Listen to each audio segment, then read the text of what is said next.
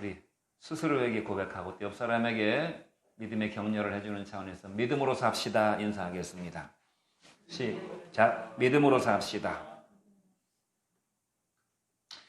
그 주방에 스피커가 잘 안 들리면 주방문을 조금 열어 놓으시기 바랍니다. 지금 우리 그 앰프가 조금 문제가 생겨가지고 우리가 쓰던 스피커가 두 개가 지금 안 나와서 보조 스피커를 쓰고 있기 때문에 음향 장치가 이게 좀 약간 뒤죽박죽 돼 버렸습니다. 조금 수리를 하려고 알아봤더니 좀 비용이 좀 많이 나올 것 같아서 일단 보조 스피커로 쓰고 있는데 기도해 주시기 바라고, 오늘은 하나님의 심판에 대해서 말씀을 듣도록 하겠습니다. 지난 그 로마서 1장에서도 하나님의 심판, 계속 그 아도니아 사건도 그렇고 하나님의 반역과 심판 이런 주제로 계속 말씀이 나가게 되는데, 이것이 이제 심판이 심판으로 끝나버리게 되면 소망이 없지만 하나님의 심판은 늘 구원의 길을 열어놓고 있기 때문에, 구원이 전제되고 있는 심판이기 때문에 소망이 있는 것입니다. 그러면 두 가지 하나님 말씀을 듣도록 하겠습니다. 첫 번째는 종교인들과 도덕군자들에 대한 하나님의 심판입니다. 1절부터 5절까지 내용인데요. 2장 1절만 같이 읽어보겠습니다. 시작. 그러므로 남을 판단하는 사람아, 누구를 막론하고 내가 핑계하지 못할 것은 남을 판단하는 것으로 내가 너를 정죄함이니 판단하는 내가 같은 일을 행함이니라. 여기 남을 판단하는 사람아, 판단하는 사람에 대해서 하나님의 심판이 임한다고 말씀하고 있습니다. 여기 남을 판단하는 사람은 1차적으로 누구이겠습니까? 유대인들을 가리키는 것입니다. 유대인들을, 하나님의 말씀을 받은 사람들, 하나님의 구원 역사를 직접 목도한 사람들을 가리킵니다. 이들은 하나님의 율법을 받는 어마어마한 특권을 받았습니다. 아무도 하나님의 말씀을 받을 수가 없는데 하나님이 선택한 유대인들에게는 하나님께서 말씀을 주셨습니다. 그런데 그들이 그 말씀을, 그 율법을 지킴으로써 자기가 의로워지게 되는 것으로 착각을 해서 하나님의 은혜를 잃어버리고 율법을 지킴으로 스스로 의롭다고 생각하는 그런 율법주의자들이 되어버림으로 말미암아 하나님의 심판의 1순위 대상자가 되었다는 참 이상한 아이러니입니다. 하나님의 은혜를 먼저 받고 하나님의 택함을 받은 사람이 오히려 하나님의 심판의 1순위 대상자가 되었다 그 말입니다. 그들이 바로 유대 율법주의자들이고, 여기 말씀하고 있는 대로 남을 판단하는 사람이 되어버렸다. 남을 판단하는 사람.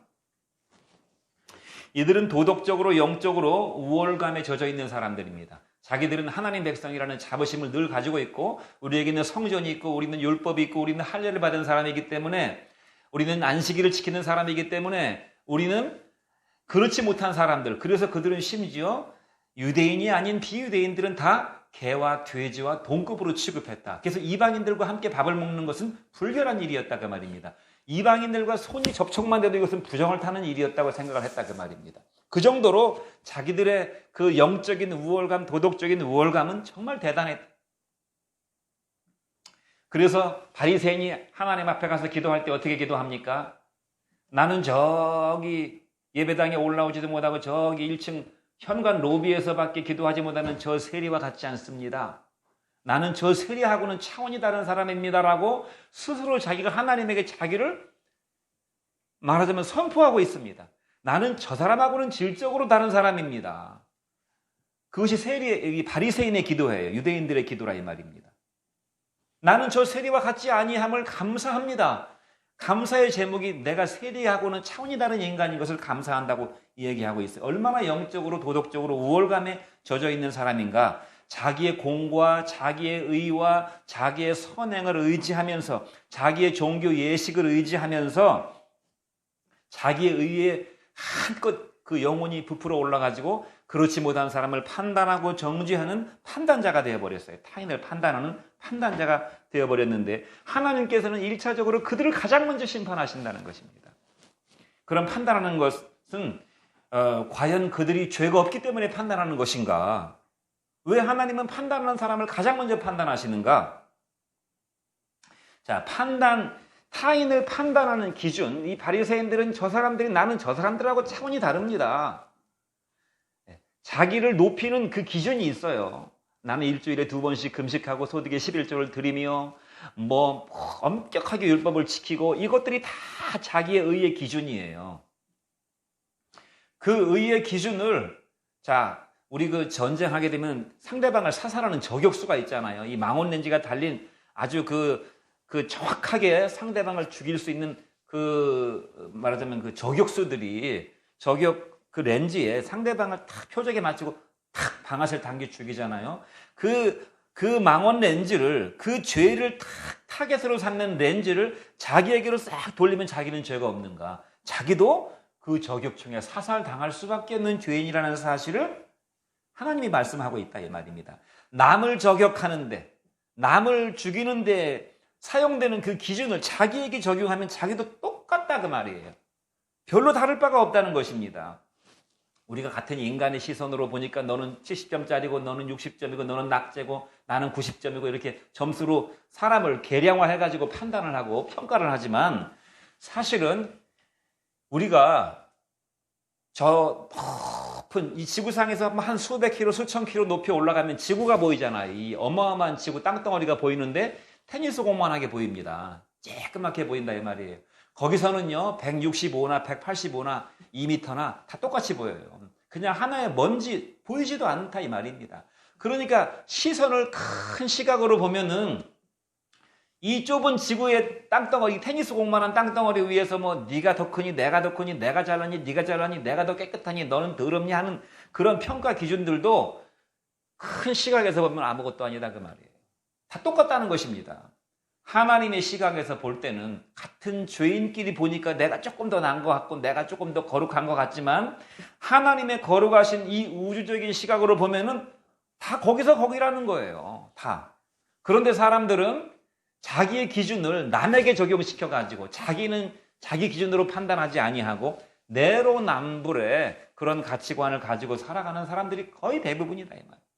내로남불의 이중성을 가진 사람들은 얼마나 참 보기가 불편합니까? 왜 우리가 아이를 학교에 보내면 쌈박질을 하잖아요. 그러면은 내 아이가 남을 때리면 어떻게 생각합니까? 애들은 다 싸움에서 크는 거야. 그럴 수도 있지. 그러지만 내 아이가 맞으면 어떻게 합니까? 아니 어떻게 그럴 수가 있어? 그러면 새끼 이게 딱 바뀌잖아요. 내 자식이 때리면 그럴 수도 있지만 내 자식이 맞고 오면 어떻게 그럴 수가 있어? 이렇게 이중적이다 그 말이죠. 사람들은 자기의 허물과 자기 죄에 대해서는 둔감하고 굉장히 자기를 모른다 이 말이죠. 다른 사람에 대해서는 굉장히 눈에 티 하나도 가려낼 수 있을 정도로 아주 민감한 이러한 이중적인 태도를 보이는데 두드러진 사람들이 누구였느냐? 자칭 의롭다고 생각하는 바리새인들, 유대인들, 율법주의자들, 교회 다니는 교인들, 도덕 선생들 이런 사람들은 자기의 의를 쌓으려고 항상 분주하게 생각하는 사람들이기 때문에 그렇다고 말입니다. 그러면 우리가 한 가지 짚고 넘어갈 것이 있어요. 율법을 그럼 지키는 거나 안 지키는 거나 별반 다를 바가 없습니까? 율법을 지켜서 나는 저 사람보다는 그래도 깨끗하게 살고 거룩하게 살고 하는 것이 별 의미가 없다는 말입니까? 그렇게 생각하면 율법을 잘못 생각하는 것입니다. 우리가 율법주의자가 돼서도 안 되지만 율법을 무시해서도 안 된다 그 말입니다. 율법이라는 것은 율법은 하나님의 법인데요. 구약 성경을 포함해가지고 신약 성경이 다 율법입니다. 율법에 대해서 나쁜 이미지를 갖고 있으면 안 돼요. 그건 잘못된 착각입니다. 하나님의 입에서 나온 말씀은 다 거룩한 말씀이에요. 구약이든 신약이든. 율법은 어떤 의미가 있는가 하면 두 가지 기능이 있어요. 이것을 잘 여러분 가슴속에 새겨 놓으시면 신앙생활에 큰 가닥이 명료하게 잡힐 수 있어요. 율법이라는 것은 어떤 의미가 있는가 하면요. 예를 들면 10계명이 있고 그 밑에 많은 부수적인 계명들이 있죠. 율법은 내가 죄인인 것을 깨닫게 해주는 기능이 있어요. 왜냐하면 우리는 율법을 100% 완벽하게 지켜낼 수가 없기 때문에 수백 수천 가지 율법 중에서 반드시 우리가 넘어지게 되는, 인간은 자기의 행위로 율법을 다 지켜서 완벽하게 될 수가 없기 때문에 율법은 나로 하여금 끊임없이 내가 죄인인 것을 상기시켜 주심으로 말미암아 나를 구원의 길로 인도하는, 예수님에게로 인도하는, 성경 말씀대로 말하면 몽학선생, 나를 깨우쳐주고 나를 가르쳐주는 선생님 같은 역할. 그래서 나를 인도해주는 몽학 선생과 같은 가이드다. 누구에게로 인도합니까? 예수님에게로 인도한다. 그러니까 율법이 나를 예수님에게로 인도하는 그 역할이 한 가지 기능이 있고요.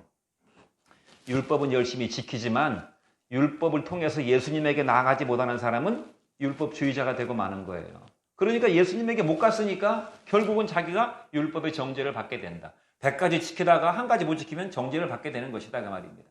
또 한 가지 율법은 어떤 의미가 있는가 하면 거듭난 하나님의 백성이 하나님에게 구원을 받은 백성이 세상 사람과는 다르게 하나님 백성답게 살도록 하나님 백성의 삶의 윤리가 있어요. 그 윤리를 적시해 주는 것이 하나님 말씀입니다. 그런데 우리의 윤리가 얼마나 세상 사람과는 비교할 수 없을 정도로 고차원적인 윤리인가 하면 그 윤리는 마태복음 5장부터 7장까지 이어지는 산상설교를 읽어보면 알 수 있어요. 하나님 백성은 적어도 이런 윤리 기준에 도달하기 위해서 이런 윤리 기준을 가지고 살아야 된다. 대표적인 것이 무엇입니까? 너희가 너희를 사랑하는 사람만 사랑하면 칭찬받을 것이 무엇이냐? 내가 좋아하는 사람, 나에게 잘해주는 사람, 나하고 친한 사람, 내 마음에 드는 사람만 사랑한다면 그것은 칭찬받을 가치가 없다는 것입니다. 죄인들도 그와 같이 하기 때문에. 그러면서 결론은 무엇입니까? 너희 원수를 사랑하라. 이것이 그리스도인의 윤리예요. 끊임없이 이 그리스도인의 윤리가 우리의 삶을 이끌어 가야 된다 그 말입니다. 이것을 목표로 인생을 살아야 된다 그 말이. 그거는 사람은 못하는 것이고 그냥 하나님 말씀이니까 좋은 말씀으로 있는 것이죠. 그걸 누가 지키며 살겠습니까? 그러면 그 사람은 틀린 것이다 그 말이. 그런 발상을 하고 있는 것 자체가 그 사람은 거듭남에 심각한 문제가 있는 사람이에요. 거듭남에 심각한 문제. 자, 율법의 두 가지 기능. 하나는 나의 죄를 깨닫게 해서 예수님에게로 인도하는 기능이 있고 또 한 가지는 내가 거듭난 사람이라면 거듭난 사람답게 살아야 되는 삶의 윤리를 제공해주고 있다는 거 이 두 가지입니다. 그런데 유대인들은 실제적으로 거듭나지 했고 하나님 율법에 의해서 100% 이끌리지도 못했으니까 그들이 하나님의 심판의 1호 대상자들이다 그 말이에요.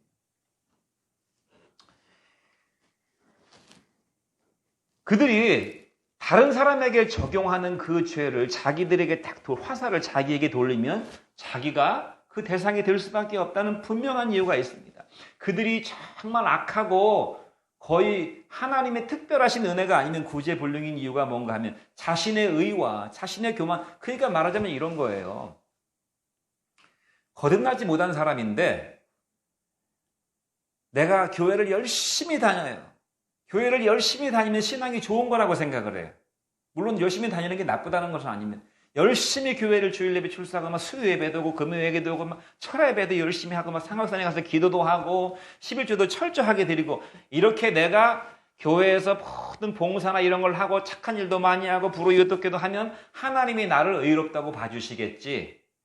그러니까 결국은 자기의 행하는 모든 행위가 자기의 의의를 하나님에게 검증받기 위한 과정이고 수단이다 그 말입니다. 그러면 그것으로는 하나님의 의에 이를 수가 없다는 거예요. 그것으로는.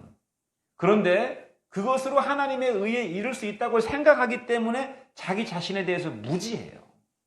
자신이 죄인이라는 사실에 대해서 무지하고 내가 보니까 우리 교회 교인이 100명인데 내가 거의 1, 2등이에요. 뭐 목사님하고 동급이에요. 목사님 새벽기도보다 내가 더 많이 새벽기도 더 잘 나오고 기도도 내가 더 많이 하고 헌금도 내가 더 많이 하고 내가 전도한 사람이 몇 명이에요.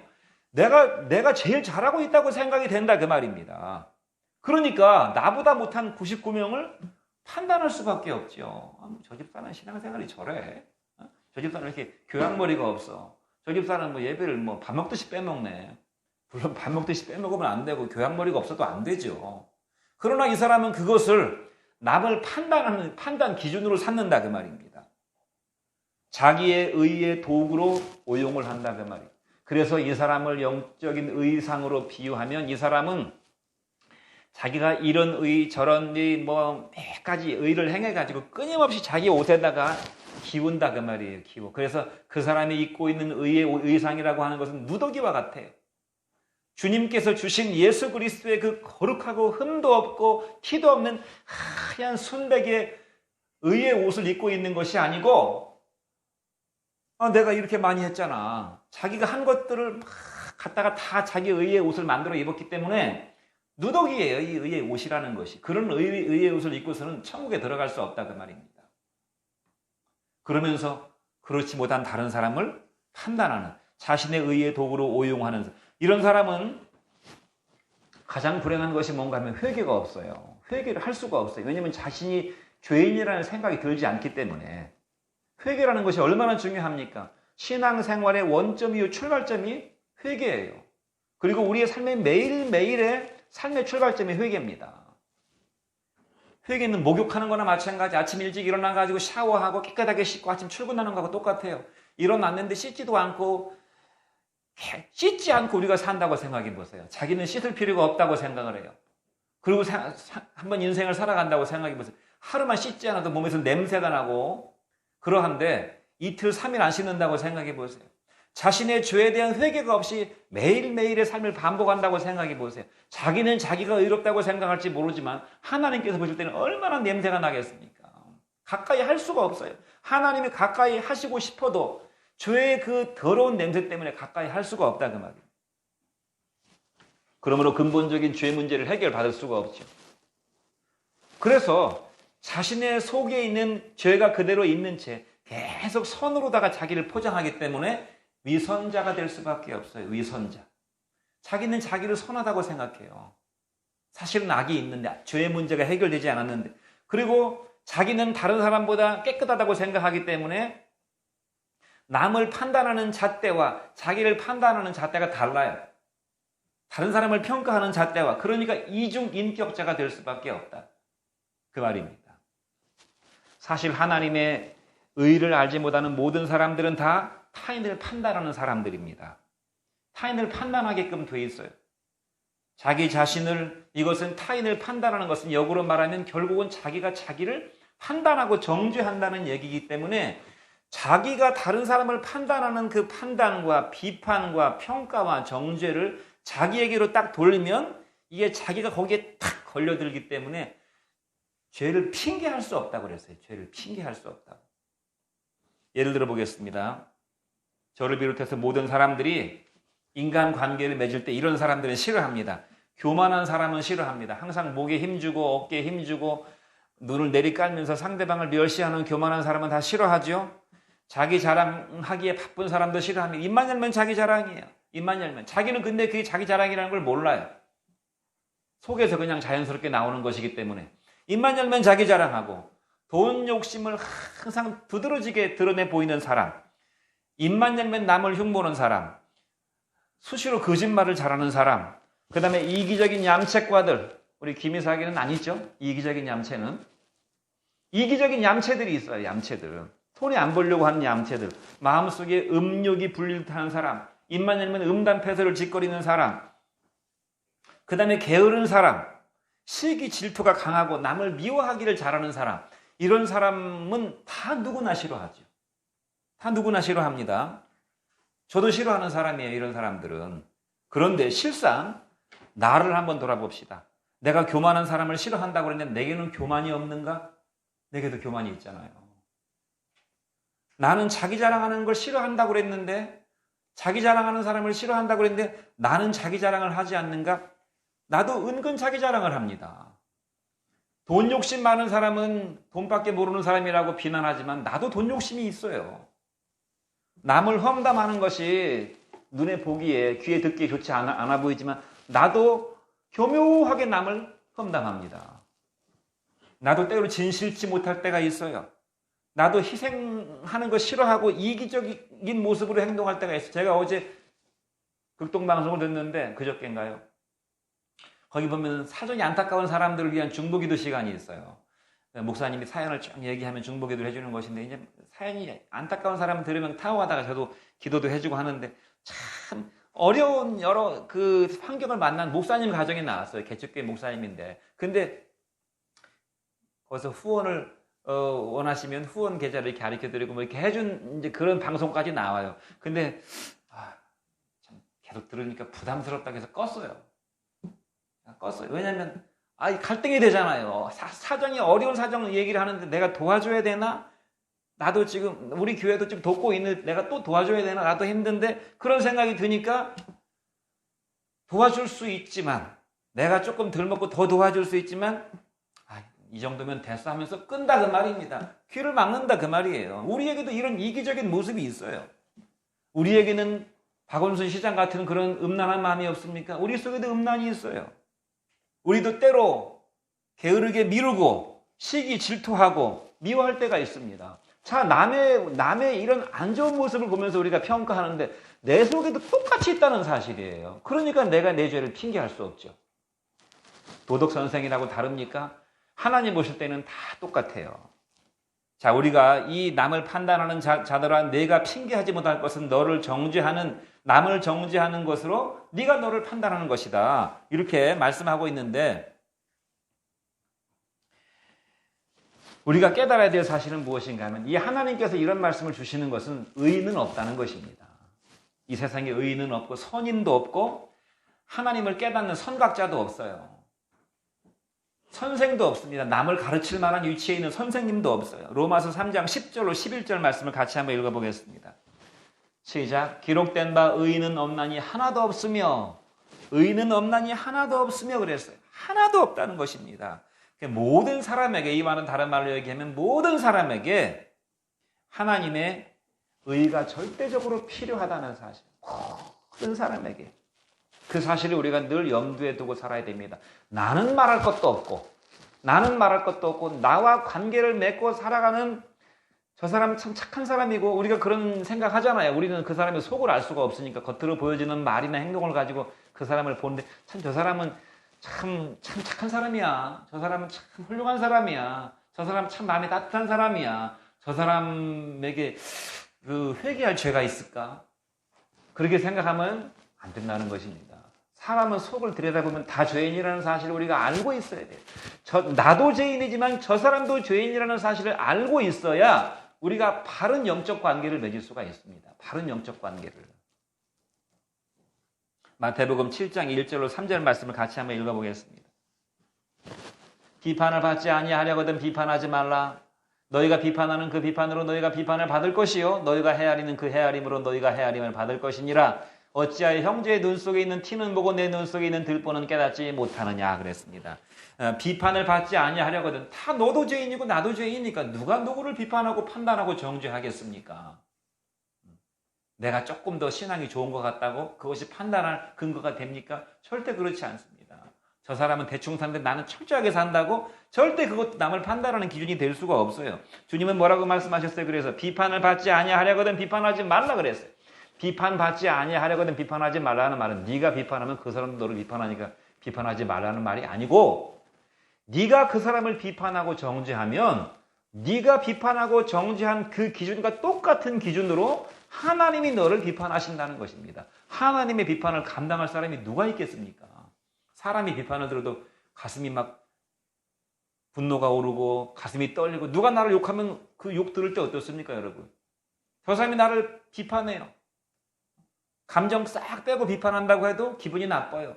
나 감정 싹 빼고 얘기하는데 누가 내 잘못을 얘기하는 거예요. 나 감정 안 남고 얘기하는 거다. 너 이런 잘못이 있잖아. 너 이런 문제가 있어. 그러면 듣고 나면 어떻습니까?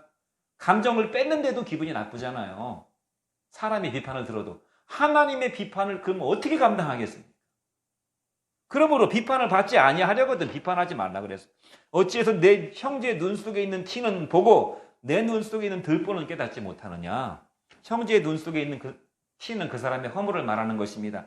내 눈 속에 있는 들보는 무엇을 말하는 겁니까? 그 티를 빼라고 비판을 하는 것입니다. 미움과 멸시와 자기 의로움의 마음을 가지고 상대방의 허물을 들추는 것이 비판하는 것이 내 눈 속에 들보예요. 그러면 어떻게 해야 되겠습니까? 그러면은 아예 다른 사람의 허물이나 잘못이나 이 문제에 대해서는 그냥 눈을 감고 내일 아니니까 나하고 상관없으니까 못 본 척하고 지나가란 말입니까? 그럴 수도 있잖아요. 아예 속된 말로 이 꼴 저 꼴 안 보면 그냥 차라리 내 마음이 편해요. 그래서 관계를 일부러 가깝게 안 맺어요. 그냥 멀찌감치 그러든지 말든지. 또 이것은 하나님 앞에 합당한가? 그렇지도 않다는 것이죠. 그럼 어떻게 해야 됩니까? 문제 있는 타인을 대하는 우리의 자세 4가지인데요. 첫 번째는 상대방의 허물이 있고 죄가 있을 때 그 사람의 허물과 죄를 그 사람과 분리시켜 생각할 수 있어야 된다 그 말입니다. 세상 말에도 그런 말이 있잖아요. 죄는 미워하되 사람은 미워하지 말라. 누가 한 말인지 참 명언이 죄는 미워하되 그 사람은 미워하지 말라는 말이 있잖아요. 이런 자세를 가져야 됩니다. 우리가 영적으로 그 사람의 죄와 죄인을, 그 사람의 죄인됨을 이렇게 분리시켜 생각할 수 있어야 돼요. 주님께서 그렇게 말씀하셨잖아요. 자기를 십자가에 못 박는 사람들을 저들을 불쌍히 여기소서 자신들의 죄를 알지 못합니다. 하나님께서 그렇게 말씀하셨듯이 예수님께서 두 번째는 하나님께서 나를 대하시는 자세를 가지고 그 사람을 대해야 된다. 로마서 15장 1절 말씀을 보세요. 뭐라고 말씀했습니까? 같이 한번 읽어보겠습니다. 믿음이 강한 우리는 마땅히 믿음이 약한 자의 약점을 담당하라 그랬어요. 자, 내가 믿음이 더 강해요. 내가 더 믿음이 강하다 말입니다. 내가 더 신앙생활을 객관적으로 볼 때 더 잘하는 것 같아요. 저 사람은 주일 예배도 간당간당하고 말이나 행동이나 모든 것들이 영적으로 성화되는 그런 것이 별로 없어요. 그럼 내가 더 믿음이 강하잖아요. 그럼 어떻게 해야 됩니까? 믿음이 강한 나는 믿음이 약한 사람의 약점을, 그 허물을 담당하라는 것입니다. 담당하라는 말은 영어로 bear인데요. bear라는 말은 참다, 떠맡다, 아기를 낳다 그런 뜻이 있습니다. 그러니까 여자가 뱃속에 아기를 참고 떠맡아가지고 결국 애를 낳잖아요. 생명을 낳듯이 그 허물이 많은 사람을 내가 가슴에 품고 내가 참고 떠맡아서 그 사람이 온전한 생명으로 태어나도록 하는 그러한 태도를 가지는 것이 믿음이 강한 자의 태도다. 그 말입니다. 이것은 정말 주님의 마음을 덧입어야만 되는 것입니다. 세 번째는 무엇인가? 빌립보서 2장 3절 말씀인데요. 같이 한번 읽어보겠습니다. 시작. 빌립보서 2장 3절. 김이사 형제님, 빌립보서 2장 3절을 쳐주세요. 아무 일에든지 다툼이나 허영으로 하지 말고 오직 겸손한 마음으로 각각 자기보다 남을 낮게 여기라고 그랬습니다. 자기보다 남을 낮게, 상대를, 우리가 모범생들은 반에서 1등하는 애들은 저 반에서 꼴찌하는 애들을 뭔가 모르게, 물론 표시는 안 내겠지만 공부를 못하는 애들을 조금 이렇게 아무리 마음으로 부인한다고 해도 정말 성령께서 붙잡아주지 않으면 약간 이렇게 핫발로 보는 경향이 있다 이 말입니다. 왜 명문대학 다니는 사람들이 뭐 지방대학을 지사대라고 하잖아요. 자기는 우수대학이고 그렇지만 난 지사대라고 한다 이 말도 아주 안 좋은 말이지만 이게 인간의 본성이에요. 나는 잘하고 있는데 저 사람은 별로예요. 그러면 저 사람을 나보다 합질로 본다 이 말입니다. 밑으로 본다 그 말이에요. 그래서 목소리가 권위가 들어가고 목소리가 높아지고 핀잔이 들어가고 깔보는 말을 하게 된다 그 말이에요. 그것은 잘못된 태도라는 것입니다. 성경은 뭐라고 말씀합니까? 상대방을 너보다 낮게 여기라고 그랬어요. 낮게 여긴다는 말 무슨 말이냐면 이런 것입니다. 여러분 이제 우리가 수능을 준비하잖아요. 수능을 준비하는데 올해 수능이 아주 쉽게 나올 거라고 여겨. 그래서 뭐 굉장히 쉽게 나오기 때문에 그럼 쉽게 나온다고 여기면 어려운 문제를 안 풀어볼 거 아니겠습니까? 힘든 그 어려운 문제를 차라리 쉬운 거 많이 풀어봐가지고 점수를 따야지. 그래서 쉽게 나온다고 여기면 공부를 대강한다 그 말입니다. 그러나 이번 수능은 불수능이라고 그랬어. 입시 관계자들이 이번 수능은 불수능이 무지무지하게 어렵게 나오는데 어렵게 나올 것이라고 간주를 하면 그렇게 여기면 진짜 어려운 문제 가지고 씨름을 하겠죠. 자, 수능이 어떻게 나올 것이냐고 여기는 거에 따라서 행동이 달라지지. 저 사람이 나보다 나은 사람이라고 여기면 저 사람에 대해서 함부로 깔보는 태도를 갖지는 않을 것입니다. 말을 할 때 깔보는 말을 하지 않을 거라 그 말이에요. 저 사람이 나보다 나은 사람인데 어떻게 그렇게 깔보는 말을 하겠습니까? 그와 같은 것이. 그래서 주님께서는 상대를 너보다 낮게 여겨라고 그랬어요. 내가 볼 때는, 내 기준으로 볼 때는 나보다 못한 것 같아도 주님께서 보실 때는 낮게 여기라고 했으니까 낮게 여기는 것이 하나님 뜻이고 그게 정답이죠. 그게 결국 나를 위하는 것이죠. 세 번째, 상대를 나보다 낮게 여기라. 네 번째는 무엇입니까? 자신의 신분을 늘 명심하라. 자신의 신분을. 친구 목사가 이런 얘기를 했어요.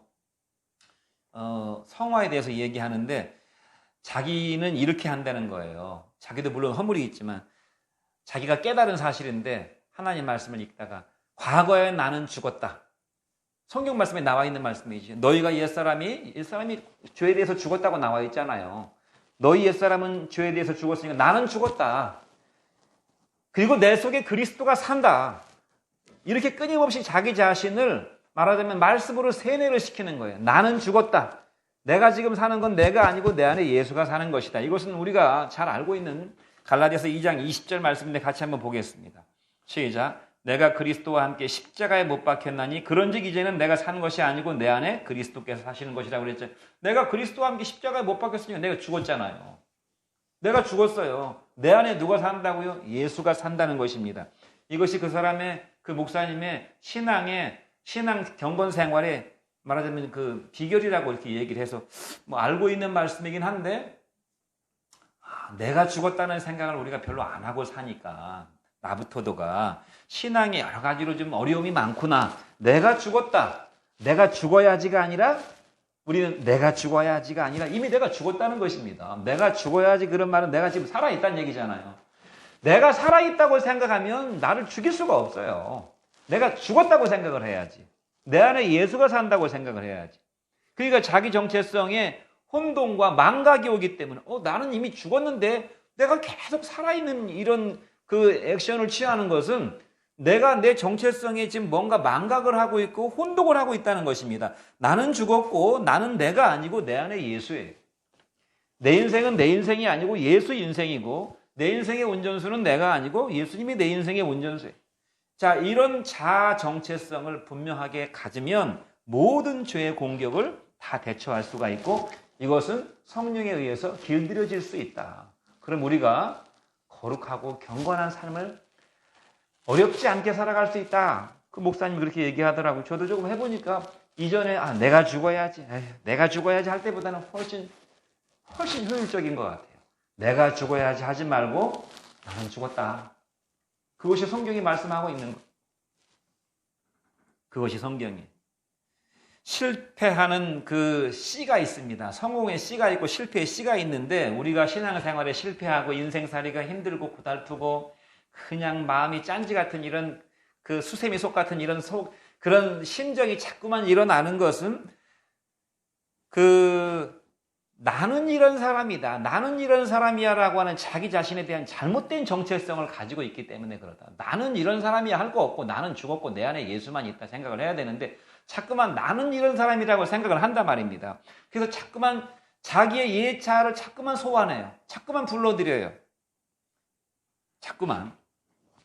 제가 어떤 그 유튜브 영상을 보니까 성공한 미국 여자인데 자기 남편이 사업 실패로 쫄딱 망해가지고 인생의 밑바닥에 떨어진 사람인데 성공했어요. 근데 그 어떻게 우여곡절 끝에 성공을 했는지는 제가 시간이 없어서 다 못 들어봤고 그 사람이 성공한 비결을 얘기하는데 이렇게 5초와 5분의 비결을 얘기하더라고. 5초, 5분의 비결. 사람이 기본적으로 이렇게 소망을 잃어버리고 나락에 떨어지고 실패하게 되면 의욕이 상실돼가지고 게을러지고 그러면 계속 악순환이 돼가지고 자기가 해야 될 일도 미루고 집안 청소도 안 하고 그냥 할 일도 안 하고 사람도 안 만나고 뭔가 끊임없이 자기를 깨워서 뭔가 해야 되는데 아무것도 하지 않는다는 것입니다. 그래서 그냥 완전히 밑바닥 인생이 돼버리는 것이죠. 근데 이 여자가 어떻게 성공했는가 하면은 5분 5초에 5초 5분의 그 비법을 얘기하는데 5초 동안 이렇게 생각하는 것입니다. 나는 게으른 사람이 아니다. 나는 본래 게으른 사람이 아니다. 나는 내가 할 일을 미루는 사람이 아니다. 5초 동안 자기 암시를 한다는 것입니다. 그리고 내가 지금 일어나야 돼. 아침에 일어나기 싫어. 그런데 나는 늦잠 자는 사람이 아니다. 이렇게 자기가 자기 자신에게 마인드 컨트롤을 한다가 나는 늦잠 자는 사람이 아니야. 나는 부지런한 사람이야. 라고 자기 자신을 컨트롤하고 나서 5분 동안 일어나서 5분간만 어떤 액션을 취하는 것입니다. 5분간만. 공부하기 싫은데. 그러면 나는 공부 못하는 사람이 아니야. 본래. 나는 본래 공부 못하는 사람은 아니야. 나는 본래 공부하기 싫어하는 사람은 아니야. 이렇게 자기 체면을 걸고 5초 동안 걸은 다음에 5분 동안 책상에 앉아서 공부를 하는 거예요. 5분간만 해야지. 5분간만 하고 다시 누워야지 하고 5분간만 한다 그 말입니다. 그럼 그 5분이요. 1시간이 되고 2시간이 된다 그 말이에요. 이 여자가 하는 말이 우리에게 주는 의미가 뭔가 하면 자기 정체성을 분명하게 세워서 나는 하나님의 구원을 받은 백성이고 나는 내가 아니고 내 안에 예수다. 그런 자기 정체성을 세울 때 우리가 남도 평가하지 아니하고 판단하지 아니하고 바른 정체성이 세워지면 바른 행동이 나오기 때문에 그런 것들을 우리가 교훈으로 받을 수가 있다는 것입니다. 말씀을 결론 짓겠습니다. 여러분, 모든 사람은 죄인이고 나도 죄인이라는 사실을 우리가 항상 기억해야 됩니다. 그러므로 내가 남을 판단한다든지 남을 정죄한다든지 남을 미워하고 무시하는 것은 얼토당토하는 말이라는 사실을 기억하고 다시는 우리가 남을 판단하고 미워하고 정죄하고 평가하는 일이 없도록 우리 자신은 항상 영적 단도리를 해야 되고, 두 번째는 그리스도 안에 내가 새 사람이라고 하는 정체성을 늘 가지고 이 5초 5분의 법칙을 한번 실행해 보자. 내가 그리스도의 새 사람이다. 나는 게으른 사람이 아니야. 나는 정욕의 종이 아니야. 나는 교만한 사람이 아니야. 나는 일을 미루는 사람이 아니야. 나는 남을 미워하는 사람이 아니야. 이렇게 자기 자신의 정체성을 분명히 하고 그걸 5분 동안 실행해 보는, 5분 동안 사랑하고 5분 동안 성실하게 행하고 5분 동안 부지런하고 5분 동안 하여튼 뭔가 액션을 취하는 그런 삶을 살게 되면 우리의 삶이 차원이 다른 삶이 될 줄로 믿습니다. 내가 저 사람 마음속에 미운 감정이 일어나는데 5분 동안만 사랑해, 5분 동안만 친절하게 해줘 봐야지. 그러면 5분이 10분이 되고 1시간이 되고 한 달이 될 수 있다는 거예요. 마지막으로 고린도후서 5장 17절 말씀을 읽고 마치겠습니다. 시작. 그런즉 누구든지 그리스도 안에 있으면 새로운 피조물이라. 나는 옛날의 내가 아니다. 기도하겠습니다. 은혜로우신 우리 하나님